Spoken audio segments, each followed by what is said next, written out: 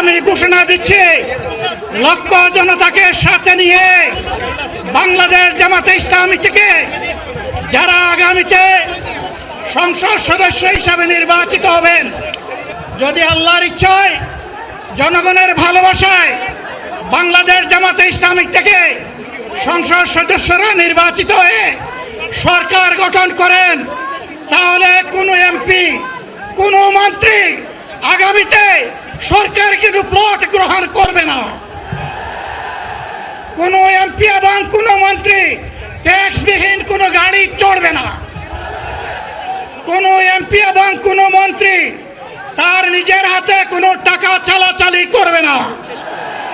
কোনো এমপি এবং কোনো মন্ত্রী যদি তার নির্দিষ্ট কোনো কাজের জন্য বরাদ্দ পেয়ে থাকেন, কাজ শেষ হওয়ার সাথে সাথে বাংলাদেশের 18 কোটি মানুষের কাছে তারা তার প্রতিবেদন তুলে ধরতে বাধ্য হবেন।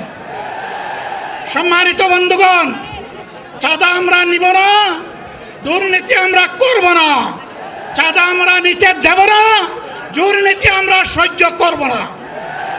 এই বাংলাদেশটাই আমরা দেখতে চাই।